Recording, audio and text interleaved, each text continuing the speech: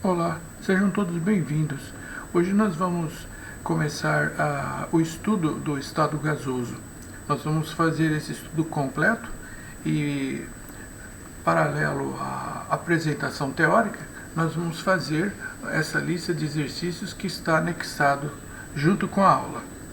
Bom, inicialmente, quais são as características das partículas gasosas?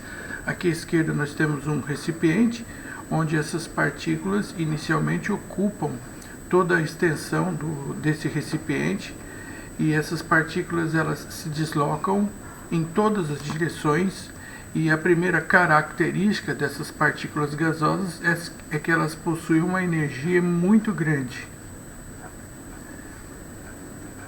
A energia dessas partículas gasosas ela é muito grande, e a força de atração nas quais as partículas estão dispostas ela é muito pequena. Ela é considerada tão pequena, a força de atração, que praticamente ela é desprezível. Durante a trajetória das partículas gasosas, elas se deslocam apresentando três tipos de movimentos. Primeiramente, o movimento que ocorre em todas as direções, que é chamado movimento de translação. Ao mesmo tempo que elas se deslocam em todas as direções, elas giram em torno do seu núcleo, que é o movimento de rotação, e simultaneamente vibrando, que é o movimento de vibração. Simultaneamente, tá? As partículas se deslocam em todas as direções, girando em torno do seu núcleo e vibrando, o que faz com que nós tenhamos um sistema altamente desorganizado. E devido a essa energia muito grande que essas partículas gasosas apresentam, faz dessa forma que o gás tenha forma e volume variáveis.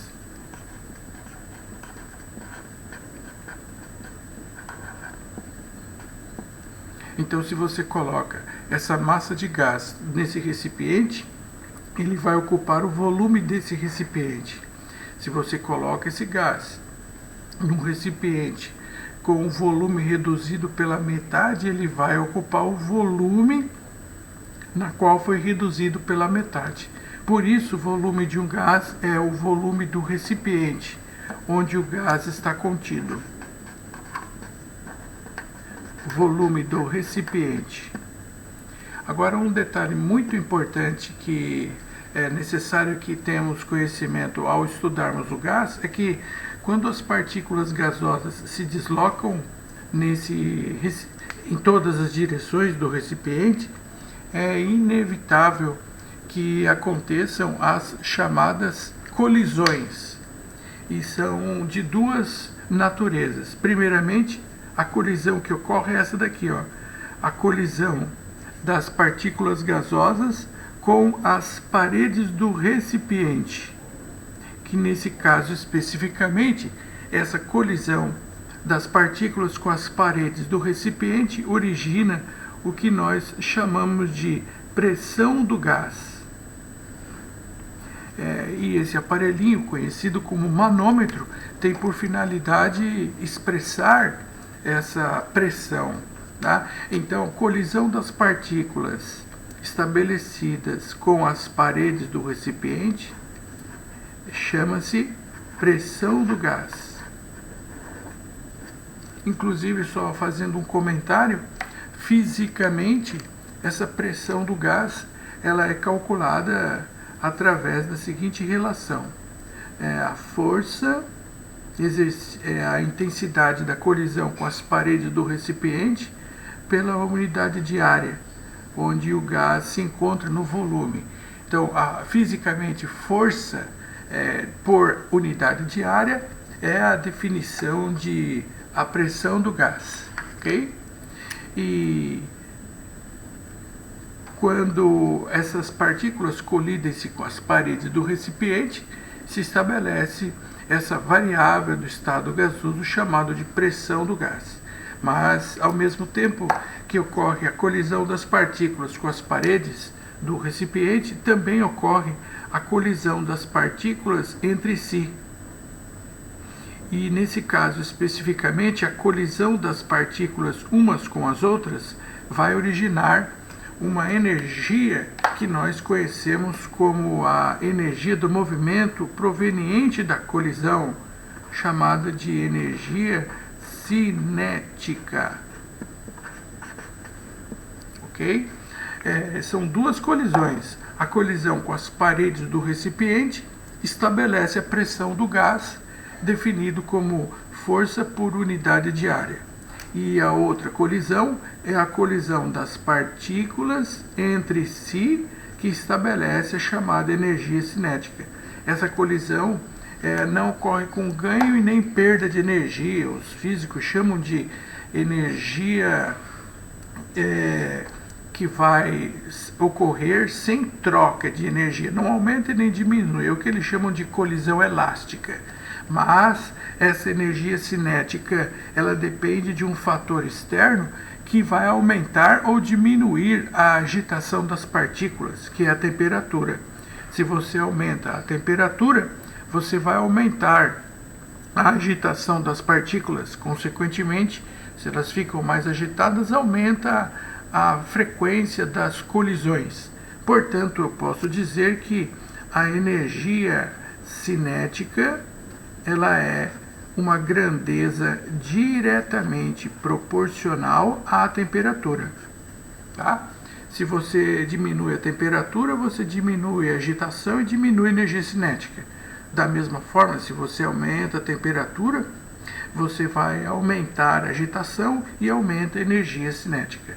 Se nós passarmos a temperatura nessa igualdade do primeiro para o segundo membro, consequentemente, chegamos a uma outra conclusão, que energia cinética sobre a temperatura, ela é diretamente proporcional. Pelo fato da temperatura passar do segundo para o primeiro membro, concluímos que essa razão é igual a uma constante, certo? Agora, isso pode originar uma equação matemática. Tá? Se nós pegarmos o estágio inicial e um estágio final do gás, então concluímos, por exemplo, que no estágio final eu tenho a energia cinética sobre a temperatura do gás antes de uma transformação, ela é igual à energia cinética sobre a temperatura do gás após ele sofrer uma transformação física. Okay? E aqui nós temos uma primeira relação estabelecida entre energia cinética e temperatura, que são grandezas diretamente proporcionais. Mas tudo isso que eu estou apresentando aqui para vocês é aplicável, é válido para um chamado gás conhecido como teórico ou gás ideal. Gás teórico ou ideal significa que um gás, na prática, ele tem um comportamento parecido, mas não exatamente igual a um gás obtido através de equações matemáticas, através de cálculos que originou todo esse comportamento. Então, de um modo geral, estas são as principais características do estado gasoso. Inicialmente, eles ocupam toda a extensão do recipiente onde eles se encontram. Eles apresentam as partículas gasosas uma energia muito grande. A força de atração entre as partículas ela é tão pequena que é considerada desprezível. As partículas se deslocam em todas as direções do recipiente através do movimento de translação, vibração e rotação, que faz com que o sistema gasoso seja um sistema extremamente desorganizado. Por isso, um gás tem uma forma e também um volume variáveis cujo volume acaba, o volume de um gás sendo o volume do recipiente onde esse gás está contido. Durante a trajetória das partículas, acontecem dois tipos de colisões: colisão com as paredes do recipiente, que estabelece o que nós chamamos de pressão do gás. Essa pressão ela é dada pela força por unidade de área. Fisicamente, essa é a definição da pressão pelos físicos.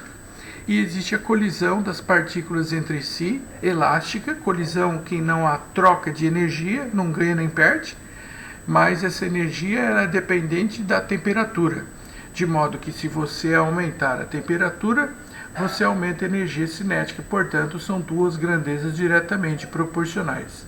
Se transferirmos a temperatura do segundo para o primeiro membro, chegamos à conclusão que energia cinética sobre temperatura é igual a uma constante.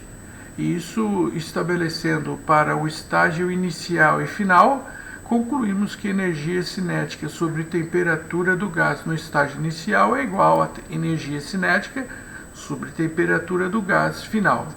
Ok? Essas são as principais características do estado gasoso e que, de um modo geral, daqui originam as chamadas variáveis do estado gasoso, que mudam o seu comportamento, que são as mais importantes, são três. A primeira variável do estado gasoso é o volume do gás.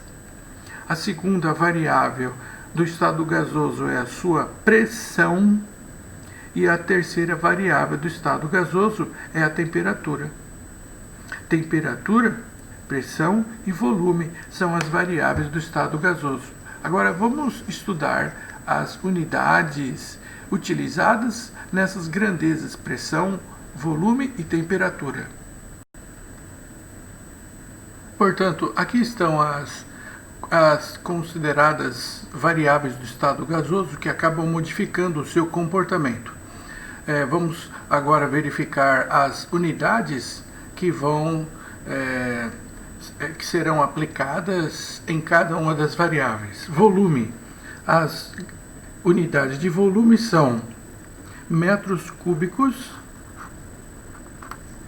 litros ou decímetros cúbicos, mililitros ou centímetros cúbicos. Mililitro é a mesma coisa que centímetro cúbico, litro é a mesma coisa que decímetro cúbico e temos metro cúbico. Então, se houver necessidade de fazermos alguma transformação dessas unidades, lembrar que 1 metro cúbico equivale a 1000 litros, então eu quero transformar metro cúbico para litro, então eu multiplico por 1000. Litro, 1 litro equivale a 1000 mililitros, então se eu quero transformar litro em mililitro, também eu devo multiplicar por 1000. Agora, mililitro para litro e litro para metro cúbico, aí eu faço o contrário, né? Eu vou dividir por 1000 ou multiplicar por 10 elevado a menos 3, que é o contrário da multiplicação, né? Divide por 1000 ou multiplica por 10 elevado a menos 3. Isso daqui eu faço caso tenhamos a necessidade de fazermos alguma transformação. Se ele dá o volume inicial em litro e o final em mililitro, aí eu tenho que unificar essas unidades, aí eu faço uso desse esquema de transformação. Com relação à temperatura, nos exercícios dos gases, nós vamos utilizar a temperatura cuja grandeza que vai ser usada é graus Celsius,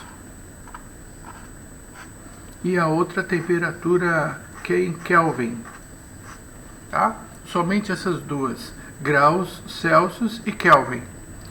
Lembrando da escala de temperatura apresentado na termofísica, 0 graus Celsius equivale a 273 Kelvin. Então, se eu quiser transformar Celsius em Kelvin, basta eu somar 273.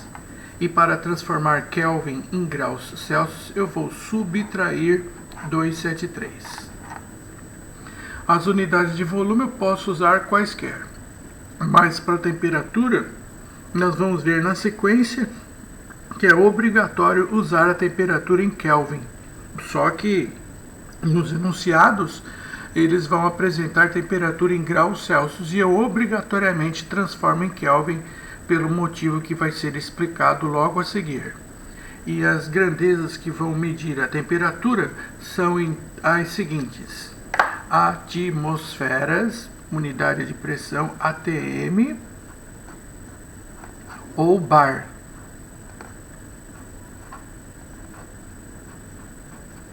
E também nós temos milímetros de mercúrio, ou torr. São equivalentes, né?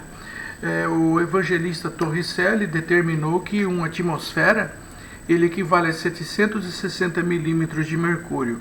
Então, se nós quisermos transformar atmosferas em milímetros de mercúrio, deveremos multiplicar por 760. E de milímetros de mercúrio para ATM, eu faço o contrário, que é dividir por 760. Não existe uma unidade de pressão que seja obrigatório o uso. Porém, se houver necessidade de fazer uma transformação, lembre-se que atmosfera e bar é equivalente, um ATM e um bar, e para transformar em milímetro de mercúrio ou tório, multiplico por 760. E milímetro de mercúrio para ATM divide por 760. Uma pequena observação aqui é que, correspondente a essas pressões, temperaturas e essas grandezas que vão medir pressão, temperatura e volume, eu vou usar de acordo com a minha necessidade.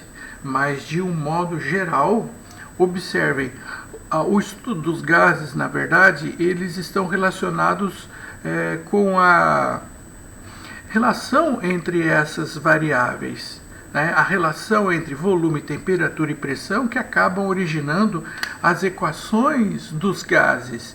E a primeira equação dos gases que nós vamos usar, que faz a relação entre essas três variáveis, é a chamada equação geral dos gases, que nós vamos estudar neste momento.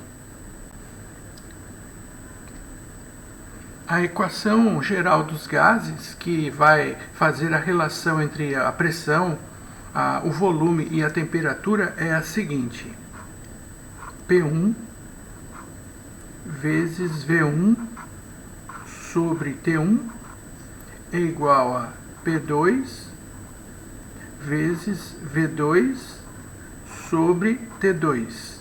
É a equaçãozinha famosa do PVT-Pivotó, né? PVT é o P1, V1, T1, Pivotó é o P2, V2, T2, tá? Essa é a famosa e conhecida como equação geral dos gases, que faz uma relação entre a pressão, o volume e a temperatura do gás antes de uma transformação, com a pressão, o volume e a temperatura do gás após uma transformação. Dessa equação, nós vamos fazer o estudo das chamadas transformações físicas dos gases. Existem três transformações. A primeira que nós vamos estudar chama-se transformação isotérmica. Nessa chamada de transformação isotérmica, ela ocorre quando a temperatura ela é constante. Portanto, o T1 dessa fórmula é igual ao T2. Ora, se nessa fórmula o T1 e o T2 são iguais, eu posso cortá-los. E assim acaba sobrando, depois de cortar T1 com T2, P1 vezes V1 igual a P2 vezes V2. Nessa igualdade, P1 vezes V1, P2 vezes V2, o P1 não é igual ao P2, assim como o V1 também não é igual ao V2. Ora, se eles não são iguais, o que é igual? Porque nós temos aqui uma igualdade entre o P1, V1, P2, V2. O que é igual aqui é o produto P vezes V, que não muda. Esse produto ele não muda, então ele é uma constante. Então, se o produto PV é aquilo que não vai mudar, ele é constante, eu vou pegar esse volume e passar para o segundo membro. E passando o volume do primeiro para o segundo membro, chegamos à seguinte conclusão: a pressão e o volume são duas grandezas inversamente proporcionais. Logo, se nós fizermos aqui o gráfico da pressão em função do volume, e a característica de um gráfico de duas grandezas inversamente proporcionais é isso daqui, ó. É uma hipérbole equilátera. Essa curva que vocês estão vendo aqui, conhecida como isoterma, certo? Então, se nessa equação geral dos gases a temperatura ela é constante, T1 é igual a T2, eu posso cortar, e aí eu fico essa equação sem o denominador, sendo que o produto PV ele é constante, passando o volume do primeiro para o segundo membro, conclusão que na transformação isotérmica a pressão e volume são inversamente proporcionais. Se você tem um balão de aniversário cheio de gás hélio e você solta, à medida que esse balão ele sobe, a altitude aumenta, a pressão atmosférica vai diminuir, consequentemente o volume do balão aumenta até chegar a uma altitude que ele estoura.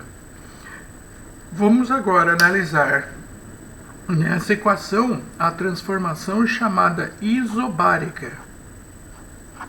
Bárica, esse termo vem de baros, e baros significa que a pressão ela é constante, ou seja, nessa equação agora o P1 é igual ao P2, pressão constante. Bom, então se nessa equação o P1 e o P2 são iguais, eu posso cortá-los. E aí acaba restando que V1 sobre T1 é igual a V2 sobre T2. Da mesma forma que no estudo anterior, o V1 não é igual ao V2, nem T1 igual ao T2. O que é igual aqui é a razão V sobre T, que não muda. Se não muda é porque essa razão é constante. Passando a temperatura do primeiro para o segundo membro, concluímos que o volume e a temperatura são grandezas diretamente proporcionais. Como que nós vamos fazer o gráfico de duas grandezas diretamente proporcionais? Esse gráfico ele tem duas características importantes. A primeira, ele tem que passar obrigatoriamente pela origem, e é uma reta, função linear, onde aqui nós temos o volume e aqui nós temos a temperatura em Kelvin absoluta. E nesse ponto, a temperatura vale 0 Kelvin, conhecido como o zero absoluto. Agora, o 0 Kelvin equivale na grandeza em graus Celsius a quanto? Quanto que equivale 0 Kelvin em graus Celsius? Equivale a menos 273 graus Celsius. Então, se nós fizermos o gráfico do volume versus a temperatura em graus Celsius, o gráfico ficará com este formato aqui, ó. Observem. Nesse ponto a temperatura vale menos 273 graus Celsius. E aqui nós temos também uma reta. Mas tem uma diferença da reta do gráfico da direita com o gráfico da esquerda. Qual a diferença das duas retas? É que a reta do gráfico da esquerda, ela passa na origem e essa aqui não passa. Aqui está a charada. Por que não pode usar graus Celsius nos exercícios dos gases? Por esse motivo, graus Celsius não é diretamente proporcional ao volume. Quem é proporcional ao volume é a temperatura absoluta em Kelvin. Para uma grandeza ser diretamente proporcional, a reta tem que obrigatoriamente passar pela origem. Aí, se ela não passar pela origem, consequentemente, ela não é diretamente proporcional. Como a temperatura em graus Celsius não passa na origem. Veja, por isso, pelo fato da temperatura não ser proporcional ao volume, que não poderemos usar temperatura em graus Celsius nos exercícios, somente Kelvin por esta razão. Celsius não é diretamente proporcional ao volume. Continuando, agora nós vamos estudar a terceira transformação gasosa, a transformação física, né, que é a chamada transformação isocórica. Esse termo tem sinônimos, pode ser chamada também de isométrica, isovolumétrica, que é a mesma coisa, ou seja, transformação que ocorre a volume constante. Então, o V1 é igual ao V2. Se nessa equação o V1 é igual ao V2, eu posso cortar o V1 com o V2. E aí sobrou P1 sobre T1 é igual a P2 sobre T2. Do mesmo raciocínio dos anteriores, o P1 não é igual ao P2, nem o T1 é igual ao T2. O que é igual aqui é a razão P sobre T, que é igual, que não muda e que por sua vez é uma constante. Passando a temperatura do primeiro para o segundo membro, concluímos que a pressão é diretamente proporcional à temperatura do gás. Ok, então agora vamos fazer o gráfico que mostra esse comportamento matemático. Pressão e temperatura em Kelvin são diretamente proporcionais. Mais uma vez, então, o gráfico de duas grandezas diretamente proporcionais, ele tem basicamente duas características, sendo que a primeira é obrigatoriamente deve passar na origem. E segunda característica é uma reta. Aqui nós temos a temperatura de 0 Kelvin, conhecido como zero absoluto, que é teórico apenas, teórico. Isso tudo é feito através de equações matemáticas, como falamos no início da aula. Comportamento de um gás teórico ou ideal. Ok? Muito bom. Agora, se fizermos esse gráfico da pressão versus a temperatura em graus Celsius, como que fica o gráfico? Ele vai ficar dessa maneira aqui, ó. É que 0 Kelvin equivale a menos 273 graus Celsius. E o gráfico correspondente ao anterior ficará desta forma aqui, ó. Observem, é uma reta também, tá? É uma reta, mas a diferença é que esta reta, ela não está passando pela origem. O que isso quer mostrar? Isso mostra que a temperatura em graus Celsius não é diretamente proporcional à pressão. Porque para ser diretamente proporcional, ela tem que passar obrigatoriamente pela origem, o que não aconteceu. Isso mostra então a seguinte questão: fica terminantemente proibido usar a temperatura em graus Celsius nos exercícios dos gases. É válido somente, exclusivamente, o uso da temperatura em Kelvin. Só que no enunciado dos exercícios, vocês vão ver a partir desse momento que a temperatura ela vem expresso em graus Celsius. E aí você automaticamente, se ela vem em graus Celsius, o que você tem que fazer é transformá-la em Kelvin, somando 273. Bom, nessa primeira parte desse assunto, nos permite resolver agora as questões número 1 2 e 3 daquela folha de exercícios que está anexado a essa videoaula. Localizem essa folha aí, por favor, e vamos resolver os 3 primeiros exercícios. Localize aí, vamos começar. Então, localizaram aí? O primeiro exercício fala que nos meses de verão, os países do sul da Europa apresentam temperaturas muito elevadas. No mês de julho de 2013, a temperatura no interior de Portugal atingiu o valor mais alto já registrado no país, igual a 47 graus Celsius. Suponha que nessa localidade, quando a temperatura ainda estava igual a 27 graus Celsius, o pneu de um automóvel foi calibrado adequadamente com a pressão de 30 psi, que corresponde ao valor de 2 atmosferas. Então vamos colocar aqui dados iniciais.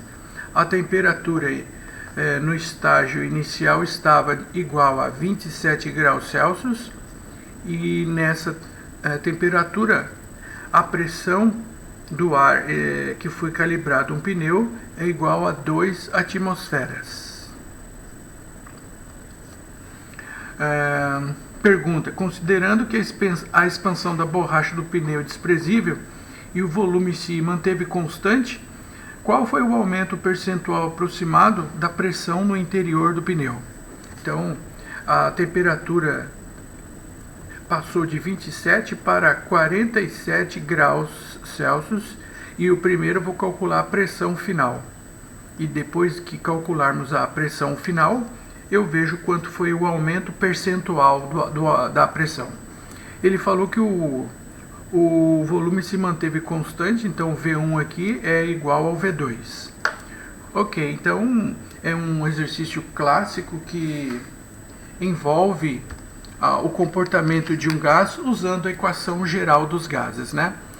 Onde obrigatoriamente a temperatura tem que ser expressa em Kelvin. Então vamos transformá-la de Celsius para Kelvin, somando 273.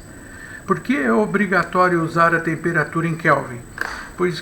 Porque Kelvin que é diretamente proporcional à pressão. Graus Celsius, como vocês viram na explicação teórica, não é diretamente proporcional. Então 27 mais 273 deu 300 Kelvin. E 47 mais 273 vai dar 320 Kelvin. Com esses dados, nós temos a equação geral dos gases. P1 vezes V1 sobre T1 igual a P2 vezes V2 sobre T2. PVT para votar, né? Onde, nesse exercício, o volume ele é constante, então eu posso cortar V1 com V2 e agora apenas substituir os dados. A pressão inicial P1 é 2 atm, a temperatura inicial é igual a 300 Kelvin, a pressão final é o que eu quero saber e a temperatura final é 320 Kelvin. Agora vamos isolar a pressão. Isolando a pressão, eu tenho 2 atmosferas vezes 320 Kelvin dividido por 300 Kelvin. As unidades idênticas eu cancelo, Kelvin cancelo com Kelvin, corto um zero do numerador com o do denominador e agora eu vou fazer a conta final, né? 32 vezes 2 dividido por 30. Isso é exatamente igual a 2,13 em atmosferas. Tá, mas não respondi o exercício. Ele quer o aumento percentual da pressão. Bom, se a pressão inicial era 2 atm e passou para 2,13, então aumentou em 0,13 a pressão. Isso equivale em termos percentuais a quantos por cento? Para encerrarmos, um cálculo simples. 2 atm era a pressão inicial, isso em termos percentuais é 100%, e depois essa pressão aumentou em 0,13.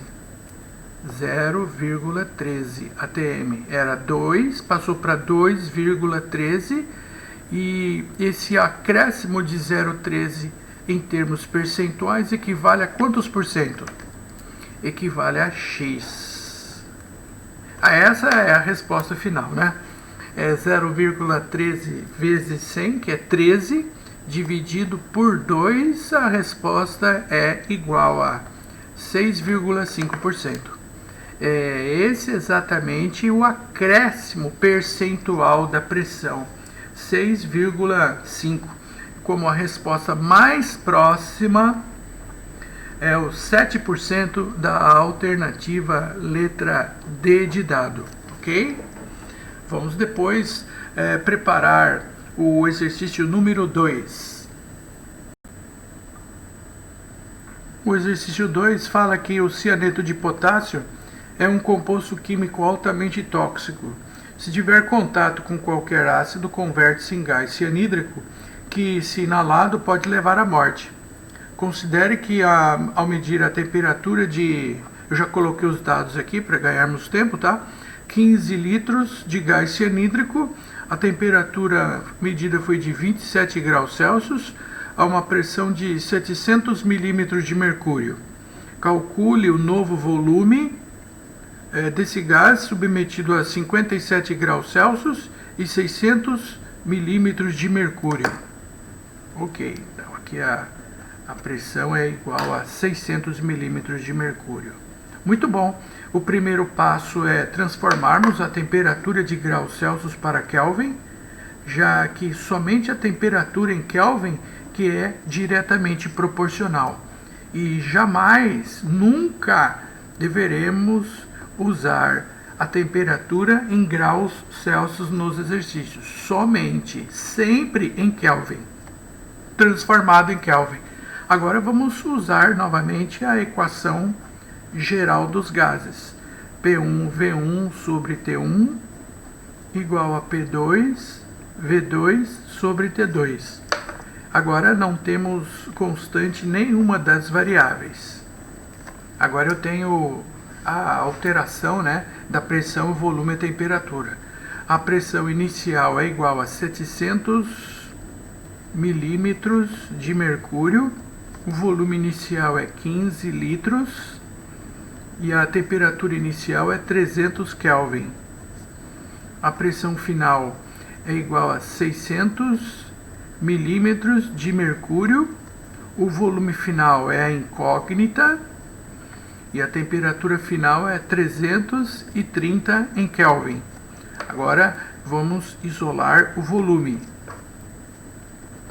Então, isolando o volume, ficamos assim com 700 milímetros de mercúrio vezes 15 litros, multiplicado por 330 Kelvin. Tudo isso aqui dividido por 600 milímetros de mercúrio vezes 300 Kelvin. Cancelo Kelvin com Kelvin, milímetros de mercúrio com milímetros de mercúrio, zero com zero, tá? É mais outro zero aqui que eu posso cancelar. Posso simplificar aqui, por exemplo, o 15 por 30. 15 por 15 dá 1. E 30 dividido por 15 vai dar 2. E com isso eu acabo resolvendo o que sobrou, né? 7 vezes 33 dividido por 12.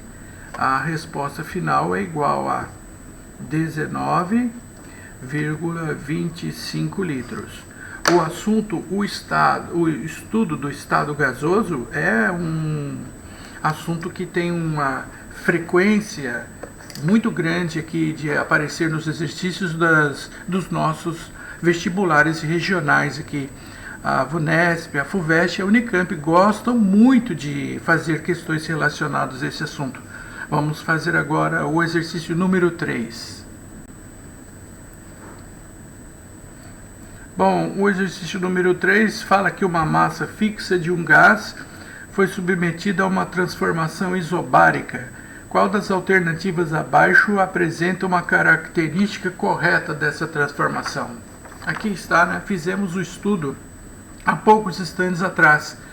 A transformação isobárica é aquela onde ocorre a pressão constante, P1 igual a P2, e quando a pressão é constante, volume e a temperatura são grandezas diretamente proporcionais. Transformação isobárica ocorre a pressão constante e volume e temperatura são grandezas diretamente proporcionais. A pressão é constante e a alternativa correta é a letra B de bola. Agora eu vou apresentar para vocês a equação do gás ideal. Essa é a equação do gás ideal, a equação PV igual a nRT, onde a pressão ela pode ser expresso em atm ou expresso em milímetros de mercúrio. Atmosferas ou milímetros de mercúrio. O volume é obrigatoriamente expresso em litros. A temperatura é obrigatoriamente expresso em Kelvin. O número de mol é a quantidade de matéria, né? É calculado pela razão eminho dividido pelo hemão. O eminho é a massa do gás e o hemão é a sua massa molar, sendo que a massa do gás é obrigatoriamente expresso em gramas, massa do gás expresso em gramas, e o hemão é a massa molar do gás. E a massa molar do gás, ela é expresso em gramas por mol.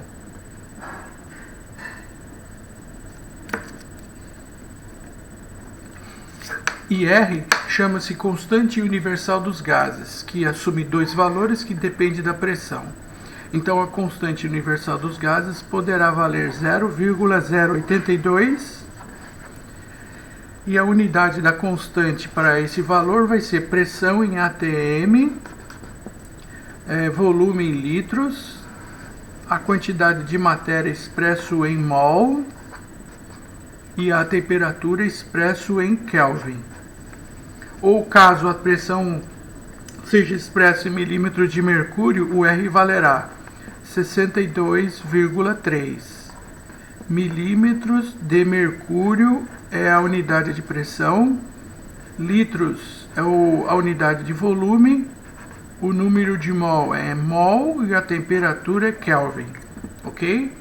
Então essa é a famosa e conhecida equação do gás ideal, onde a pressão pode ser expressa em atmosferas ou milímetros de mercúrio, volume em litros, a quantidade de matéria, se não for dado em mols, eu calculo a parte dividindo a massa do gás pela sua massa molar, a temperatura expressa em Kelvin e o valor da constante, isso é dado no exercício, o aluno não tem a obrigação de saber, 0,082 para pressão em atm ou 62,3 se for milímetros de mercúrio.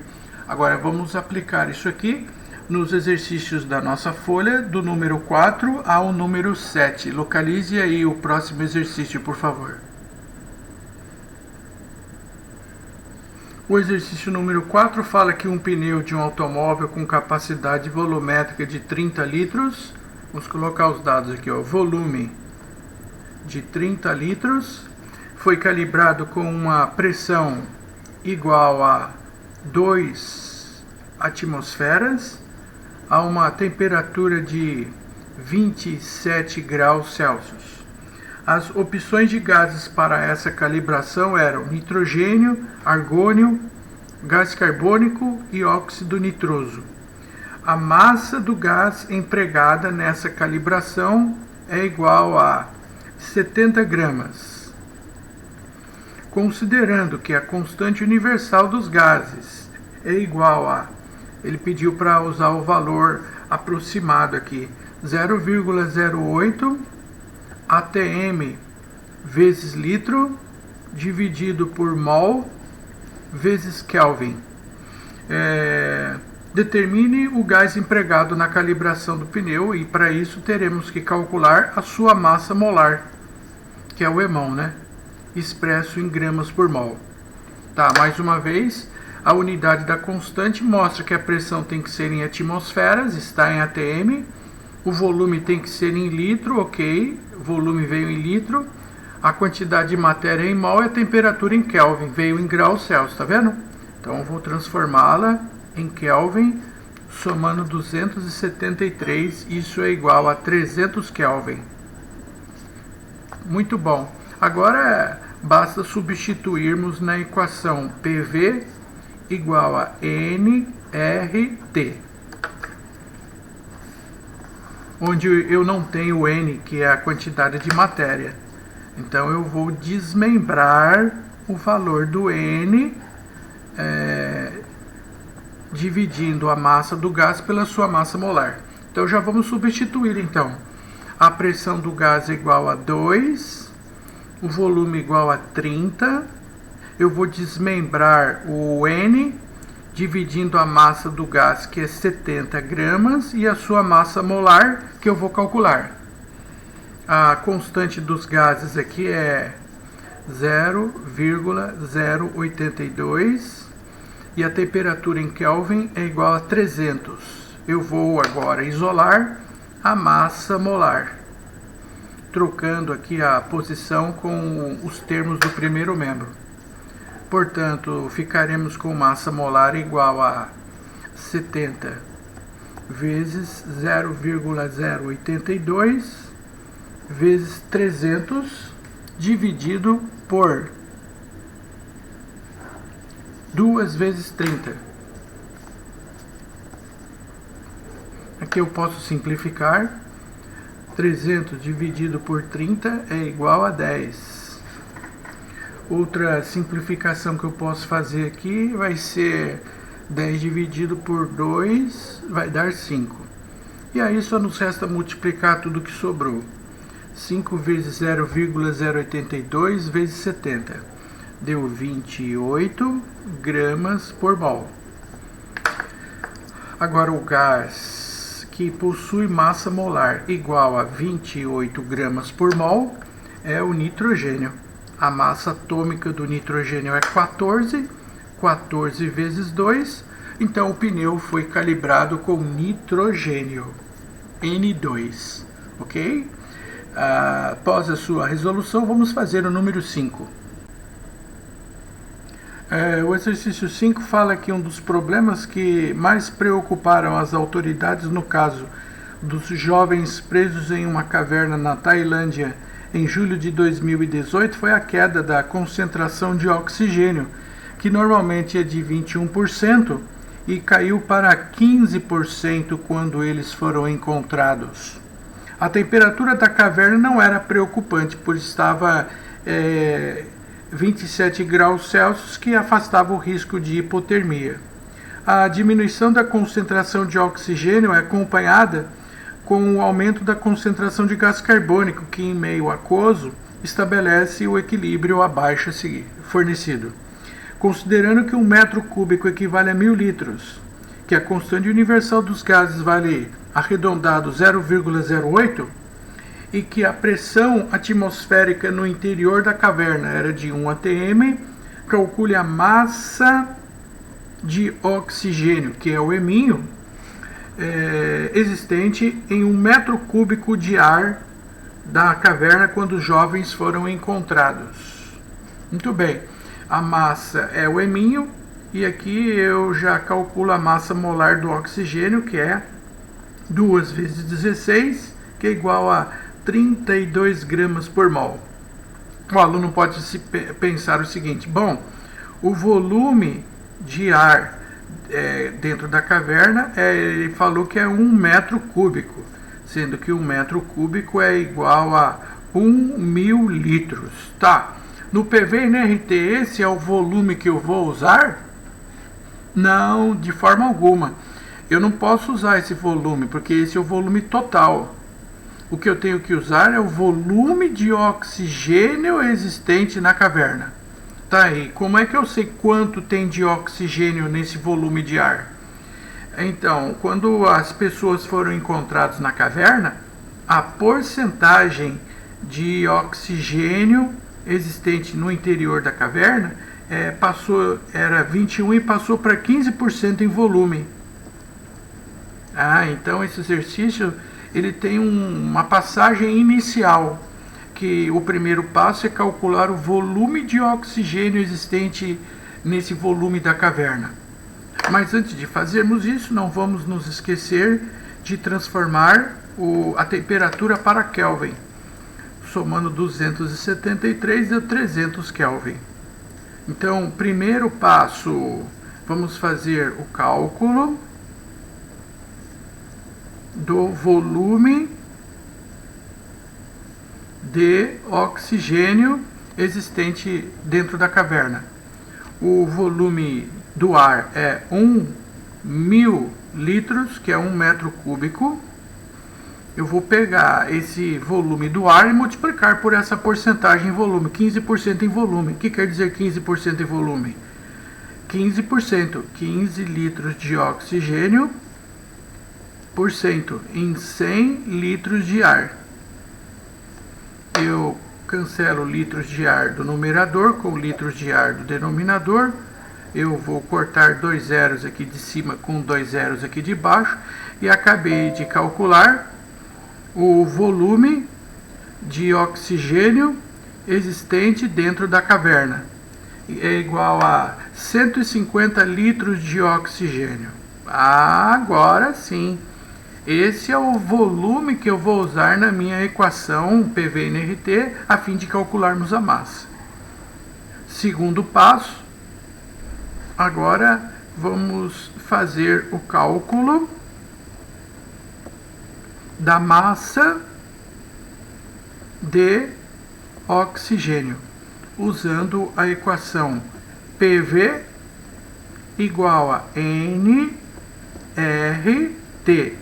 O N eu já desmembrei ele aqui e no lugar do N eu já coloquei a massa dividido pela massa molar, a fim de calcularmos o eminho. Substituindo agora os dados, a pressão no interior da caverna é igual a 1 atm, o volume não é o do ar, tá? O volume é o do oxigênio na atmosfera daquele local, que eu calculei aqui, deu 150 litros. Eu quero agora calcular a massa molar do oxigênio é 32, o R, o valor aproximado é 0,08 e a temperatura é igual a 300 Kelvin. Agora vamos isolar a massa, que é o eminho.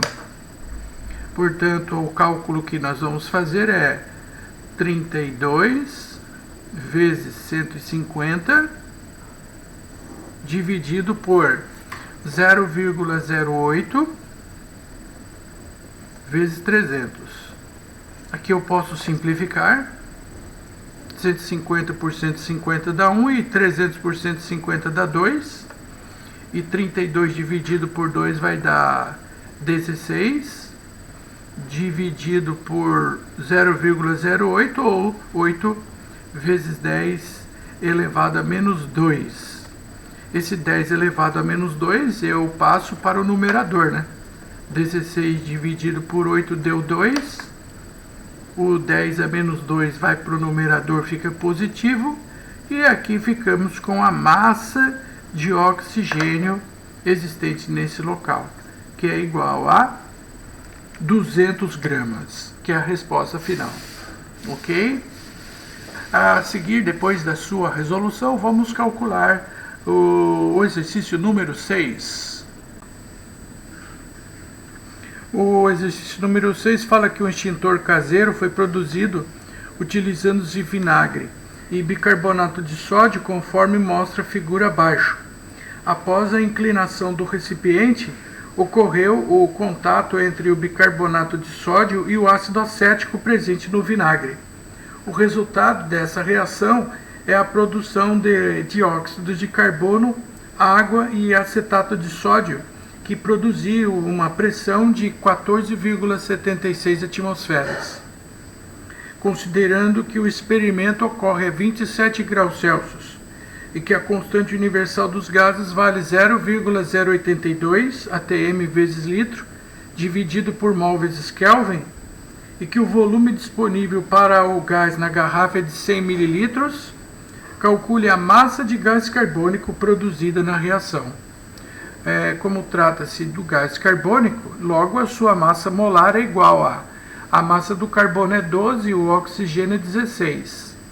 Então fica 2 vezes 16 dá 32 mais 12, então a massa deu 44 gramas por mol. A unidade da constante diz que a pressão tem que ser em atmosfera, está certo. O volume tem que ser em litro, então ele deu mililitro, eu tenho que transformar para litros. Mililitro passando para litro, como nós vimos no início da aula, eu vou dividir por 1.000 e vai dar 0,1 litros. A quantidade de matéria é mol e a temperatura é Kelvin. Então, como veio em graus Celsius, eu vou transformar em Kelvin, somando 273 mais 27 é igual a 300 Kelvin. Prontinho, tudo certinho aqui, meu amigo. Agora é somente substituir na equação PV igual a N R T.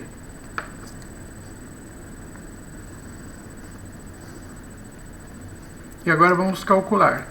A pressão eu tenho vale 14,76. O volume eu já passei para litro, deu 0,1. A massa do gás carbônico eu vou calcular. A sua massa molar é igual a 44.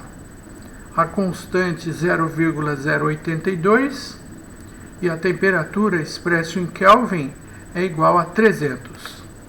Então agora basta isolar a massa do gás. Pego e multiplico o 44 vezes 14,76 vezes 0,1 dividido por 300 vezes 0,082, que vai ser igual a 24,6. Bom, aí não tem o que fazer a não ser resolver fazer a conta final, né? E essa conta final vai ser exatamente igual a 2,64 gramas é a massa de gás carbônico produzido no experimento, ok? Feito o número 6, vamos preparar a resolução do número 7. A questão número 7 apresenta aqui um esquema de um experimento realizado para a produção de hidrogênio e de imediato eu já percebo que a temperatura na qual o experimento foi realizado é 25 graus Celsius. Considerando a equação dos gases ideais, que é o PV igual a nRT, e o valor da constante dos gases é 0,08 atm vezes litro dividido por mol vezes Kelvin, admitindo que o experimento tenha sido realizado a uma pressão de 760 milímetros de mercúrio, determine o volume em litros, ocupado por 2,5 gramas de hidrogênio, devidamente seco. Bom, o hidrogênio molecular é o H2, então a sua massa molar fica 2 vezes a massa do hidrogênio, que é 1, portanto, a massa molar é 2 gramas por mol. Veja as unidades da constante. Pressão tem que ser em atm, então ele veio em milímetros de mercúrio. Milímetros de mercúrio para atmosferas, eu vou dividir por 760, e isso equivale a 1 atm. Outro detalhe, volume em litros, a resposta vai sair em litro, a quantidade de matéria é mol e a temperatura em Kelvin. Mais uma vez, vamos somar 273 e a temperatura em Kelvin aqui é igual a 298 em Kelvin. Bom, a equação do gás ideal é PV igual a NRT. E o N, quantidade de matéria, eu já desmembrei através do cálculo massa dividido por massa molar. A pressão em atm vale 1, O volume eu vou calcular. A massa do hidrogênio é igual a 2,5. A sua massa molar vale 2. A constante que ele pediu para usar o valor arredondado, que é 0,08. E a temperatura é 298. Muito bem, agora vamos resolver aqui. Primeiro eu vou simplificar 0,08 por 2. Vai dar 0,04. Esse 0,04 eu vou colocar uma casa decimal para a direita e, consequentemente, essa casa da esquerda eu passo para o 2,5. Então, isso aqui pode ser escrito de outra maneira. Ao invés de escrever 2,5 vezes 0,04, eu posso escrever assim, ó, 0,25 vezes 0,4. Entendeu o que eu fiz? Na verdade, a casa decimal que eu coloquei aqui para a direita, nesse número, aí eu compensei com uma casa para a esquerda nesse valor. Isso multiplicado por 298. Por que eu fiz isso? Porque 0,25 na verdade é 1/4, né? Isso é 1/4. Então fica 0,4 vezes 298. 0,25 é 1/4. E 0,4 dividido por 4 dá 0,1. Agora ficou bem fácil. 0,1 vezes 298, o volume é igual a 29,8 litros é a resposta. Ok? Bom, depois desses cálculos que fizeram uso da equação do gás ideal, eu vou apresentar para vocês dois padrões estabelecidos no estado dos gases, que são a CNTP e o volume molar. Acompanhe, por favor. A CNTP significa condições normais de temperatura e pressão, cujo sinônimo é o mesmo que condições normais de pressão e temperatura, e o outro sinônimo é temperatura e pressão normais ou simplesmente condições normais. Tá, e quais são essas condições normais de temperatura e pressão? A temperatura da CNTP vale 0 graus Celsius, que corresponde a 273 Kelvin, e a pressão da CNTP equivale a 1 atmosfera, que corresponde a 760 milímetros de mercúrio. Tá? É importante que o aluno saiba quais são as condições normais de temperatura e pressão. Temperatura de 0 graus Celsius e pressão de 1 atmosfera, que equivale a 760 milímetros de mercúrio. Por outro lado, agora nós temos o volume molar. Né? O que significa a palavra molar? A palavra molar significa isso aqui, ó, 1 mol. Tá? Então, o volume molar é o volume de 1 mol.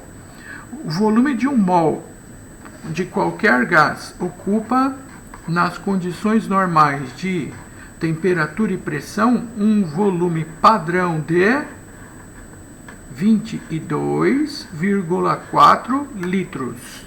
Isso é padrão. Volume molar significa o volume de 1 mol de qualquer gás, nas condições normais de temperatura e pressão, ocupa um volume de 22,4 litros. Vamos agora fazer um exercício relacionado a esse tópico. O próximo da lista é o número 8. Localize o número 8, por favor. A questão número 8 fala que qual é o número de moléculas existentes em 5,6 litros de um gás qualquer, medido nas condições normais de temperatura e pressão. Tá, então eu tenho aqui um gás qualquer que ocupa um volume de 5,6 litros. E nesse volume de 5,6 litros, ele quer que eu calcule o número de moléculas, tá? Corresponde esse volume de 5,6 litros. O que mais? E outro dado que foi fornecido para fazermos isso foi o volume molar. O volume molar é 22,4 litros. A quantidade é o volume correspondente a uma quantidade de 1 mol de partículas, sendo que 1 mol de partículas corresponde ao número de Avogadro, 6 vezes 10 elevado a 23. Esse exercício pode ser resolvido de duas opções, duas formas. A primeira opção, eu posso fazê-lo através da análise dimensional, onde na análise dimensional eu vou colocar o dado do exercício, que é o volume de 5,6 litros do gás, e desse volume de 5,6 litros eu quero calcular o número de moléculas. Então a resposta final será em número de moléculas. Vou colocar aqui, moléculas.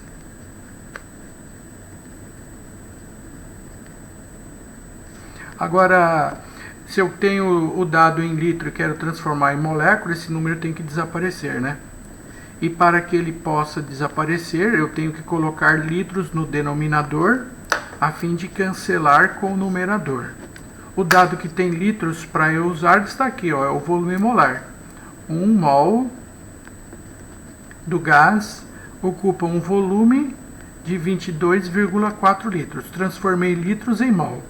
Mas o mol não serve porque eu quero moléculas. Então, se o mol não serve, eu vou colocar um mol aqui no denominador para eu cancelar com o mol do numerador.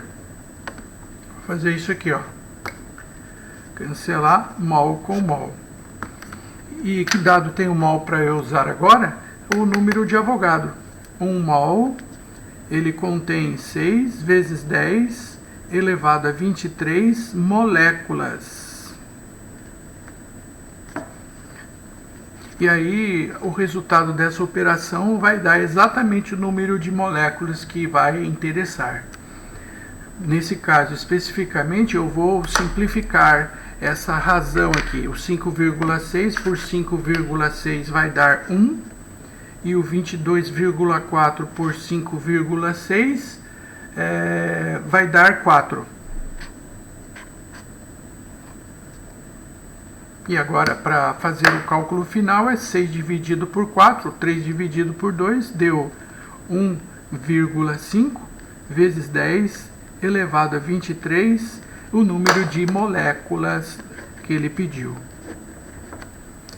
Então eu posso fazer por análise dimensional dessa forma, pegando o dado, multiplicando, isso aqui é o volume molar. Quando eu faço análise dimensional, eu tenho que sempre deixar especificado para o examinador, que é o indivíduo que corrige a prova, caso a questão seja dissertativa, evidentemente, os termos que serão usados na análise. E isso daqui é o número de Avogadro.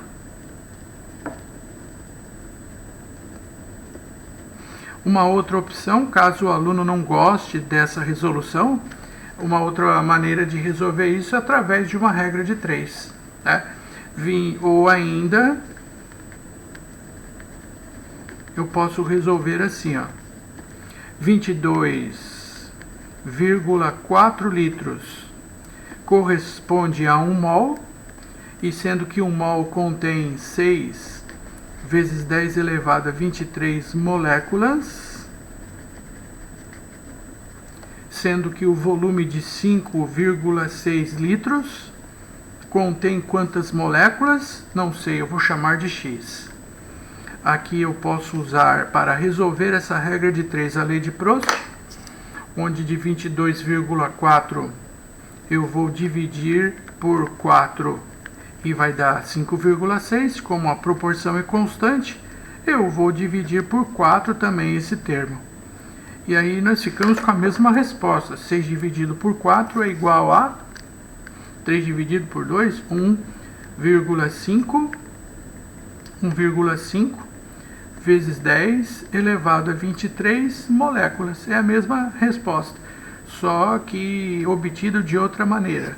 através da resolução usando a regra de 3. Seja a regra de 3 ou análise dimensional, fica a seu critério.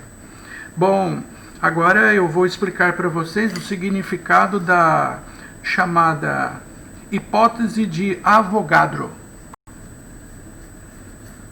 O significado da hipótese de Avogadro diz o seguinte: eu tenho aqui dois balões genéricos A e B que contêm dois gases genéricos, um gás genérico X no balão A e um gás genérico Y no balão B.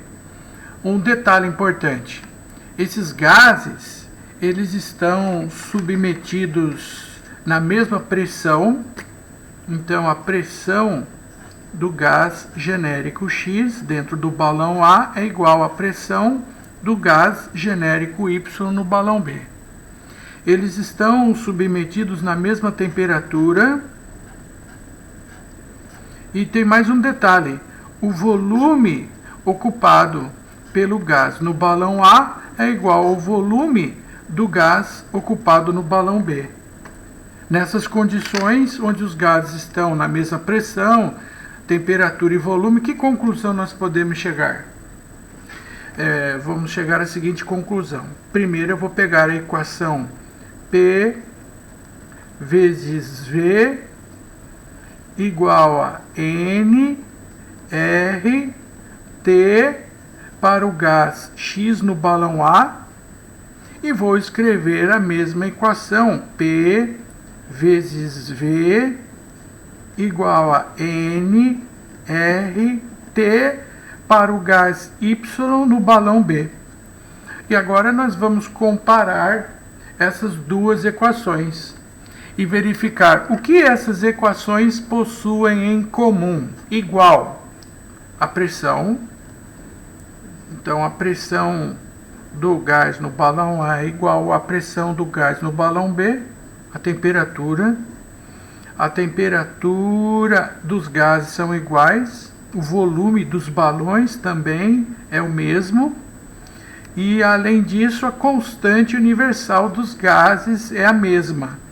Então esses termos que são comuns às duas equações eu vou isolar.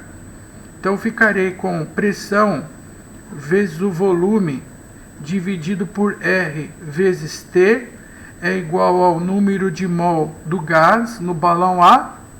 E na outra equação, pressão vezes o volume dividido por R vezes T é igual ao número de mol do gás no balão B.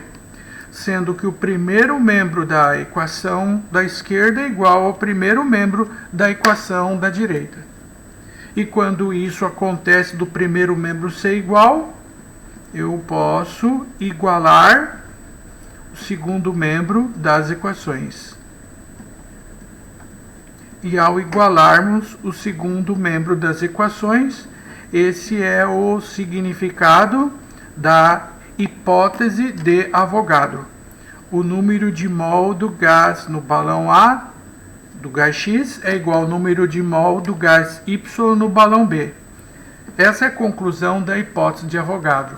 Gases quaisquer em balões que têm o mesmo volume, estão submetidos na mesma pressão e na mesma temperatura, contêm o mesmo número de moléculas. E só para lembrá-los que esse número de mols também pode ser calculado pela razão μ dividido pelo E.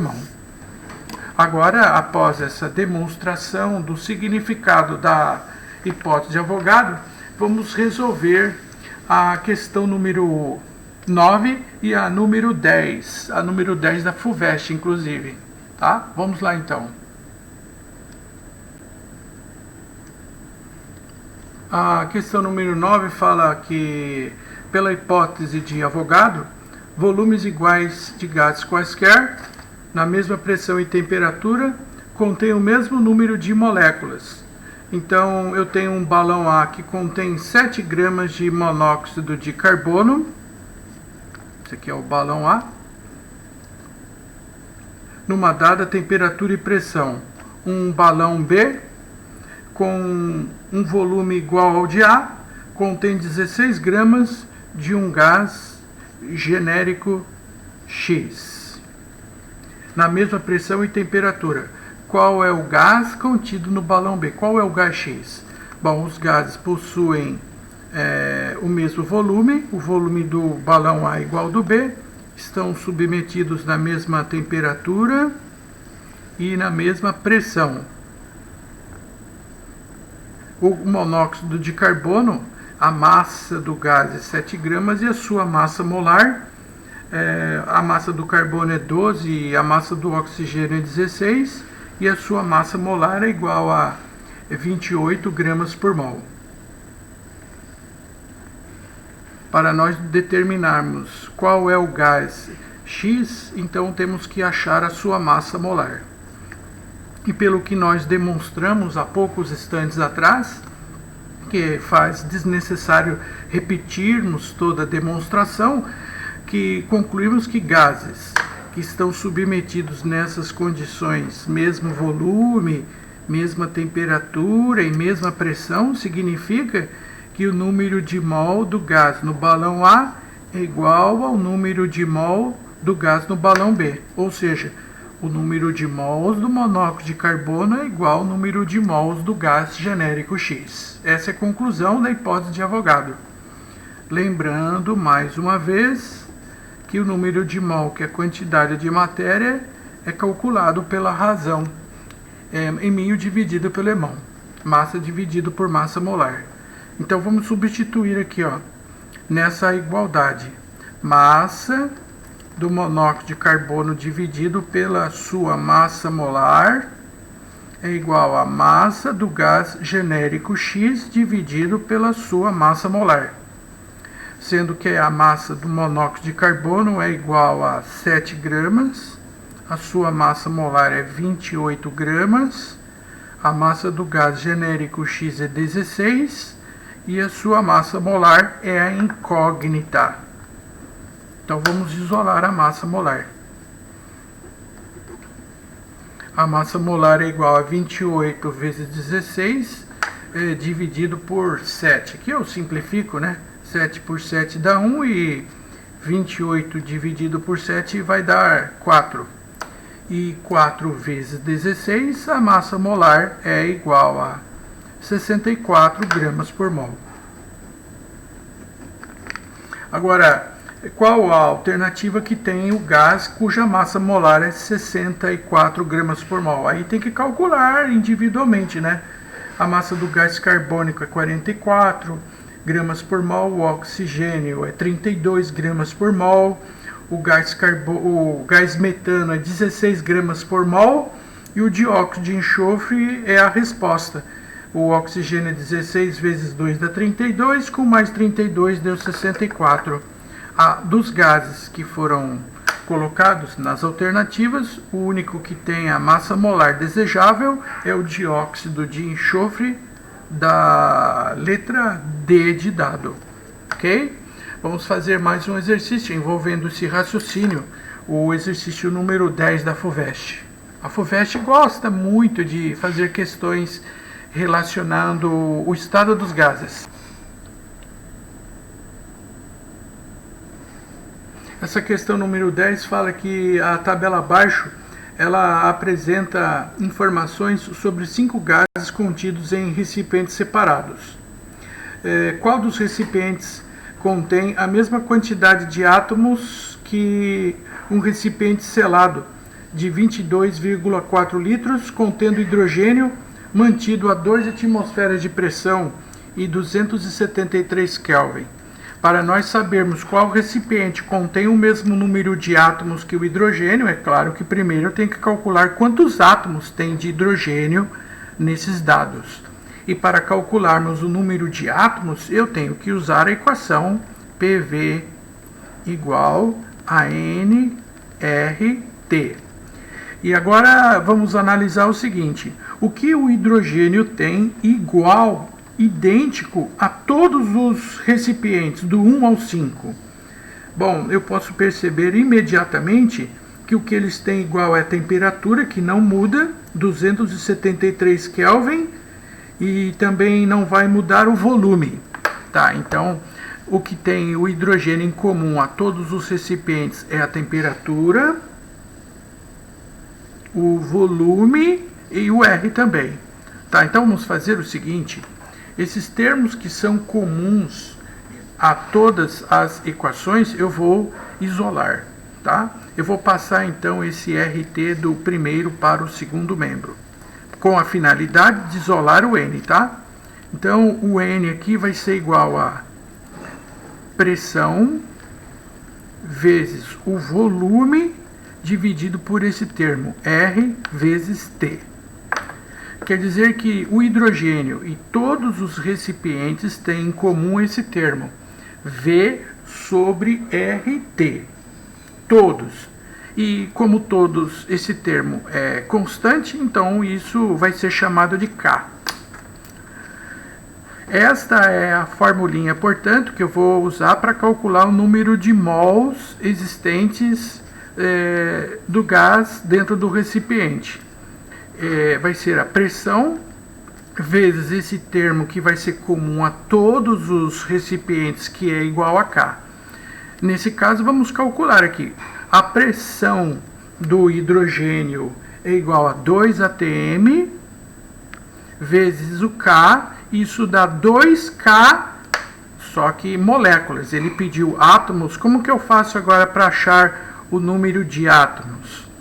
Você pega o número de átomos de uma molécula, que são 2, e multiplica pelo total de moléculas. Eu vou aproximar aqui, ó. Pega o número de átomos de uma molécula e multiplica pelo total de moléculas, que é 2K. Isso vai ser igual a 2 vezes 2, vai ser 4K, é o número de átomos existentes de hidrogênio. 4K átomos. Vamos ver qual o recipiente que tem 4K átomos igual ao do hidrogênio. Só que como eu já demonstrei esse raciocínio para o hidrogênio, eu vou usar isso para todos os demais, sem precisar demonstrar tudo novamente. Tá, então vamos para o recipiente número 1. O recipiente número 1 contém ozônio. E a fórmula para calcular o número de moléculas de ozônio vai ser a pressão, que mudou, vezes aquela constante que é o V sobre RT, que é igual para todo mundo. No caso aqui, a pressão do ozônio vale 1, que está na tabela, vezes a constante. Isso é o número de moléculas. E como que eu faço para achar o número de átomos? Eu pego o número de átomos de uma molécula e multiplico pelo total de moléculas, que é 1K. Então, deu o número de átomos 3 vezes 1, 3K átomos de oxigênio dentro do primeiro balão. No balão número 2, nós temos o gás nobre neônio. O número de mols do neônio é igual a P vezes K. P é a pressão, que é 2, vezes K. Só que o neônio é um gás nobre. Então, o gás nobre, o número de átomo é igual a 1. Um átomo somente. Então, isso daqui é vezes 1, né? Então, vai ficar 2K átomos. Eu estou procurando o recipiente que tem o mesmo número de átomos que o hidrogênio. O recipiente número 3, que nós temos no outro gás nobre, o hélio. Então, o número de mols de hélio é igual a P vezes K. P é a pressão do gás hélio, que é igual a 4 vezes K. E o gás nobre, isso daqui tem um átomo, então é vezes 1, né? Então, vai ficar 4K átomos. Opa, é o mesmo número de átomos do que o hidrogênio. Então já tenho aqui a minha resposta. Ó. O balão número 3 contém o mesmo número de átomos do que o hidrogênio, mas por desencargo de consciência eu vou continuar E calcular também o número de átomos no balão 4 e no 5, para tirar a dúvida se de fato eles têm número de átomos diferentes. No balão 4 nós temos nitrogênio molecular, N2. E o número de moléculas inicialmente é P vezes K. A pressão exercida pelo nitrogênio é igual a 1K. Só que agora eu pego o número de moléculas e multiplico pelo total de átomos, que é 2. 2 vezes 1 deu 2K átomos. E no recipiente número 5 tem o gás nobre argônio. E o número de moléculas de argônio, átomos, né, que é gás nobre, fica P vezes K. P é a pressão, que é 1, vezes K. Gás nobre é um átomo só, né? Então 1 vezes 1 deu 1K átomos. De fato, o único recipiente que contém o mesmo número de átomos do que o hidrogênio, que é 4K átomos, é o recipiente número 3. A alternativa correta, portanto, é a letra C. Muito bom, agora eu vou apresentar para vocês os termos que se referem à mistura gasosa. Considere que eu tenho um balão contendo dois gases genéricos A e B. E esses gases genéricos A e B, eles exercem uma determinada pressão e ocupam uma parte do volume total. Essa pressão exercida por cada gás chama-se pressão parcial, e o volume ocupado por cada gás nesse volume total chama-se volume parcial. E essa pressão parcial do gás genérico A calcula-se pela equação do gás ideal, PV igual a nRT, onde P vai ser a pressão parcial do gás A, V vai ser o volume total, igual ao número de mol do gás A, que multiplica a constante dos gases R e a temperatura. Idem o mesmo critério para o gás genérico B. A pressão parcial do gás B, calculado multiplicando o volume total do balão, é igual ao número de mol do gás B, que multiplica a constante dos gases e a temperatura. Tá? Então, para calcularmos a pressão parcial, eu multiplico pelo volume total do balão. E depois que eu calculei a pressão parcial do gás A e a pressão parcial do gás B por PV/nRT, como eu faço para calcular a pressão total da mistura gasosa dentro do balão? A lei de Dalton fala que para calcularmos a pressão total, basta somarmos as pressões parciais. Tá? Esse é o significado da lei de Dalton. A pressão total da mistura é calculado pela soma das pressões parciais. E o mesmo raciocínio é aplicado para o volume parcial. Notem, quando eu queria calcular a pressão parcial, eu multiplicava pelo volume total. Agora aqui vai ser o contrário. Para calcularmos o volume parcial, eu vou multiplicar a pressão total pelo volume parcial. É igual ao número de mol do gás, que multiplica a constante dos gases e a temperatura. Para o gás B, idem, pressão total vezes o volume do gás B é igual número de mol do gás B, que multiplica a constante dos gases e a temperatura. Certo? É o contrário do anterior. Ora, se eu tenho o volume ocupado pelo gás A e o B e eu não sabia qual era o volume do balão total, segundo a lei de Amagat, o volume total é obtido pela soma dos volumes parciais.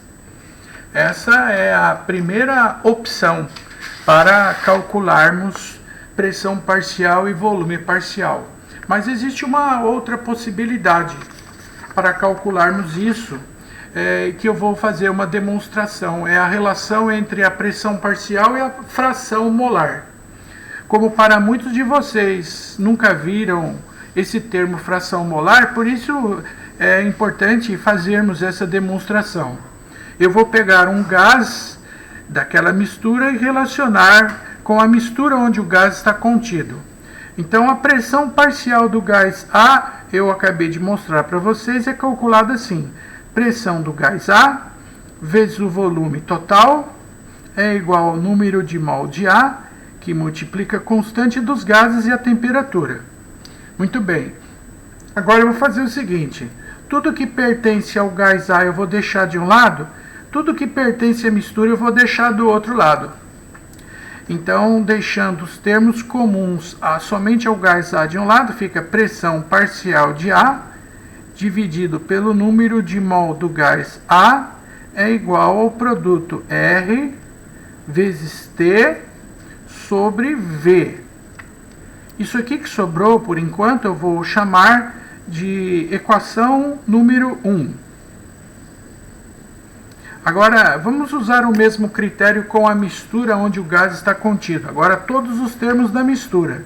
Então, pressão é a total, o volume é o do balão, o número de mols é o total, que multiplica a constante dos gases e a temperatura. Agora, os termos são referentes à mistura gasosa. E eu vou usar o mesmo critério do caso anterior. Eu vou deixar o número de mol de um gás de um lado e o volume eu vou passar para o outro lado. E assim nós ficaremos com pressão total sobre o número de mols total é igual ao produto R vezes T sobre V. Isso daqui nós vamos chamar de equação 2. Agora, se nós compararmos a equação 1 com a equação 2, está nítido e claro que elas possuem em comum um segundo membro. E quando isso acontece, eu posso igualar as equações. Igualando as equações. O primeiro membro delas, né? Igualando o primeiro membro das equações, fica assim: pressão parcial do gás A sobre o número de mol do gás é igual a pressão total dividido pelo número de mols total. Eu vou pegar esse número de mol do gás A e passar do primeiro para o segundo membro. Então fica pressão parcial é igual número de mol do gás A sobre o número de mols total vezes a pressão total da mistura. E aqui eu quero apresentar para todos que não conheciam, nunca ouviram falar no termo fração molar. É esse termo aqui, ó, fração molar. É o número de mol do gás pelo número de mols total. Isso daqui é o que significa fração molar, tá? E essa é uma outra alternativa para calcularmos a pressão parcial. Existem duas opções. A primeira é essa que usa o PV-NRT, mas tem exercícios que não existem esses termos para calcularmos a pressão parcial. Não tem dado o volume, não tem dado a temperatura. E aí, se eu não tenho esses valores, como eu calculo a pressão parcial? Nesse caso, não dá para usar aquela equação, então eu vou usar essa opção. Pressão parcial é calculado multiplicando a fração molar vezes a pressão total, sendo que a fração molar é a razão número de mol do gás pelo número de mols total. E o mesmo raciocínio se aplica para volume parcial também. Então, se você teve alguma dúvida nessa explicação, vamos aqui agora fazer um raciocínio parecido, mas com relação ao volume. O cálculo do volume parcial é feito por pressão total vezes o volume parcial é igual ao número de mol do gás, que multiplica R vezes T. Agora, eu vou deixar o que pertence ao gás A de um lado e o que pertence à mistura do outro lado. Então eu vou passar essa pressão para o segundo membro. Então fica volume do gás A dividido pelo número de mol do gás é igual ao produto R vezes T dividido por P. E isso eu vou chamar de equação 1. Agora vamos fazer os dados referentes à mistura. Pressão total, volume total, igual ao número de mols total, a constante dos gases e a temperatura, e eu vou usar o mesmo critério do anterior. Passar o número de mols para o primeiro membro e a pressão para o segundo membro. E assim eu terei volume total sobre o N total é igual ao produto R T sobre P. Essa é a equação número 2. Agora, comparando a equação 1 com a equação 2, percebam, o segundo membro das equações é igual. Se é igual, eu posso, no caso, cancelar e igualar o primeiro membro. É o que nós vamos fazer. Igualando as equações, o primeiro membro delas. Então fica volume parcial sobre o número de mols parcial é igual ao volume total sobre o número de mols total. Vou pegar o número de mols do gás A e passar do primeiro para o segundo membro. Assim ficaremos com volume parcial é igual número de mol do gás A sobre o número de mols total vezes o volume total. Essa é uma segunda opção para calcularmos o volume parcial, além da equação PV/nRT. A outra alternativa é multiplicar a fração molar pelo volume total. O que é a fração molar?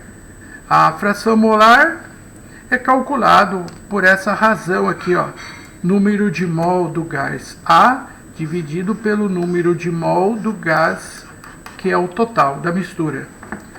Como vocês viram, esse termo novo aí que apareceu agora, né, chamado de fração molar de um gás.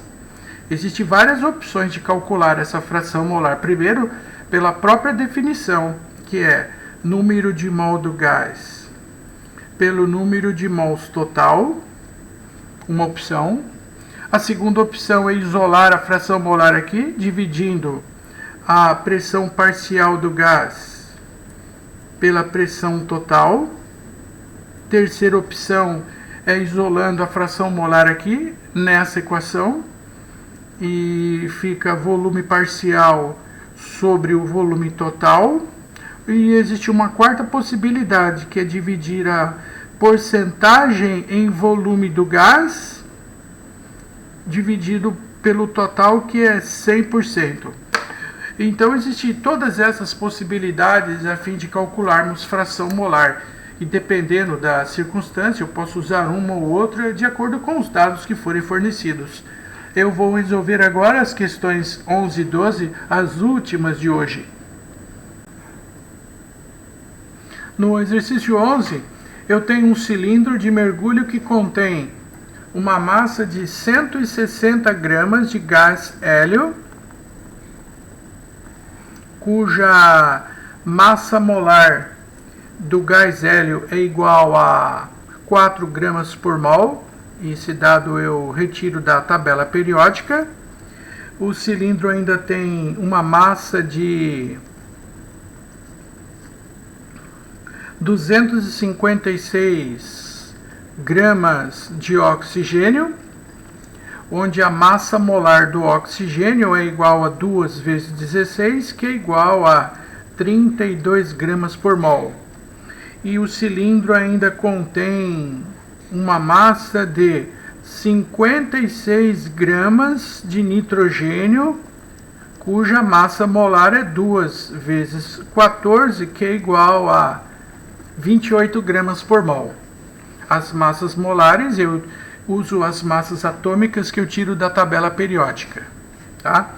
Sabendo que a pressão total da mistura, a pressão total, a soma de todos os gases, é igual a 2 atmosferas. Calcule no item A, a fração molar de cada gás.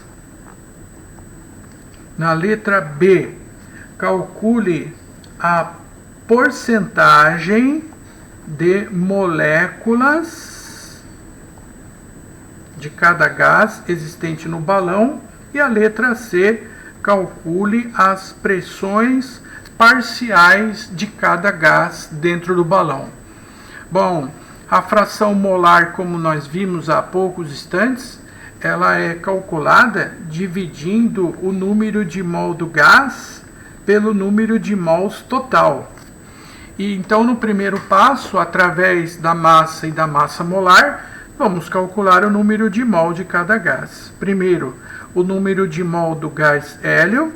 Calculando o número de mol, eu pego e divido a sua massa pela massa molar.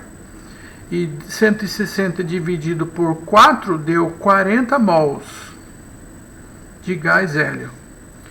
Agora vamos calcular o número de mols do oxigênio, dividindo a sua massa, que é 256, pela sua massa molar, que é igual a 32. E isso vai ser igual a 8 mols. E aqui por último vamos calcular o número de mols do nitrogênio, dividindo a sua massa, que é 56 gramas, dividido pela sua massa molar, que é 28, e deu 2 mols. Agora eu aproveito e vou somar o número de mols dos gases, e aí eu tenho o número de mols total. O número de mols total é 8 mais 2, 10, com mais 40, deu 50 mols. Ok? Agora que eu tenho o número de mols individual e o total, agora dá para calcularmos a fração molar do gás. Tá? Então, no item A, vamos calcular então a fração molar do gás hélio, dividindo o número de mol do gás hélio pelo número de mols total.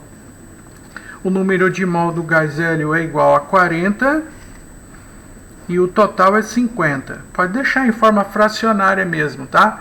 Para você ver que de 50 moléculas da mistura, 40 dessas moléculas são de gás hélio. Pode deixar assim mesmo, tá? Pode deixar em forma de fração mesmo. Depois a fração molar do oxigênio, que é igual ao número de mols do oxigênio pelo total. O número de mols do oxigênio igual a 8, do total, que é 50. Quer dizer que de cada 50 moléculas da mistura, 8 são de hidrogênio, de oxigênio, e 40 são de gás hélio, deu 48. 48 para 50 quer dizer que faltam 2 moléculas do total que são referentes ao nitrogênio. Então a fração molar do nitrogênio é igual a número de mols do N2 pelo total. Do N2 igual a 2, e o total é 50. Quer dizer que de cada 50 moléculas nós temos 2 de nitrogênio. Agora no item B, ele pede para calcular a porcentagem dessas moléculas. A porcentagem das moléculas é só você pegar a fração molar aqui, né? Então vamos lá, porcentagem de moléculas do gás hélio. Então eu pego lá 40 moléculas, átomos de gás hélio, do total de 50. Como a resposta ele pede em termos percentuais, isso eu multiplico por 100%. Tá? E 100 dividido por 50 dá 2. 2 vezes 40 quer dizer que 40 de 50 moléculas, isso equivale em termos percentuais a 80% das moléculas da mistura são constituídas de gás hélio. A porcentagem de moléculas de oxigênio, a sua fração molar é 8 moléculas de 50, que é o total. Isso em termos percentuais dá quanto? Eu multiplico por 100%. 100 dividido por 50 dá 2. 2 vezes 8 16% das moléculas da mistura são constituídas de oxigênio. E agora a porcentagem em volume do nitrogênio, volume de moléculas ocupadas do total é 2/50. Em termos percentuais, eu multiplico por 100%. 100 dividido por 50 dá 2, 2 vezes 2 deu 4% de todas as moléculas são constituídas de nitrogênio. Agora, para finalizarmos, vamos calcular o item C. Eu vou calcular o item C aqui em cima, tá? Tem espaço aqui, ó. Primeiro ele pede qual a fração molar do hélio. A pressão parcial eu posso calcular pela fórmula que eu demonstrei ali anteriormente, que é multiplicando a fração molar pela pressão total. Onde a fração molar do gás hélio eu já calculei aqui. Deu 40/50 vezes a pressão total que eu tenho dado aqui, ó, 2 atm. 2 atmosferas. Corto 0 com 0, multiplico 2 vezes 4 dá 8, 8 dividido por 5 deu 1,6 atmosferas, é a pressão parcial exercida pelo gás hélio na mistura. Agora vamos calcular a pressão parcial do oxigênio. Multiplicando a sua fração molar pela pressão total. A fração molar do oxigênio, eu calculei aqui, deu 8/50, multiplicado pela pressão total, que é 2 atmosferas. 2 vezes 8 dá 16, e 16 dividido por 50 deu 0,32 atmosferas. E para finalizarmos, a pressão parcial do nitrogênio é dado pela sua fração molar vezes a pressão total. A fração molar do nitrogênio está aqui, 2/50, vezes a pressão total da mistura, que é 2 atm. 2 vezes 2 deu 4, dividido por 50 deu 0,08 atmosferas. Esse exercício, como eu faço para verificar se eu acertei ele? É aplicando a lei de Dalton. A lei de Dalton diz que a soma das pressões parciais é igual à pressão total. 0,08 mais 0,32 dá 0,40. 0,4 mais 1,6 deu a pressão total, que é igual a 2 atm. Ok? Finalizamos aqui essa questão. Na próxima aula eu resolvo o próximo exercício número 12. E além de resolver a questão 12, aí na última parte desse assunto dos gases, aí eu vou finalizar essa teoria falando para você de densidade, e depois também falaremos de efusão e difusão gasosa, mas vamos deixar isso para a próxima parte, para que não fique muito sobrecarregado, se bem que essa aula já ficou muito extensa, né? E o meu muito obrigado a todos pela sua atenção. Boa semana a todos.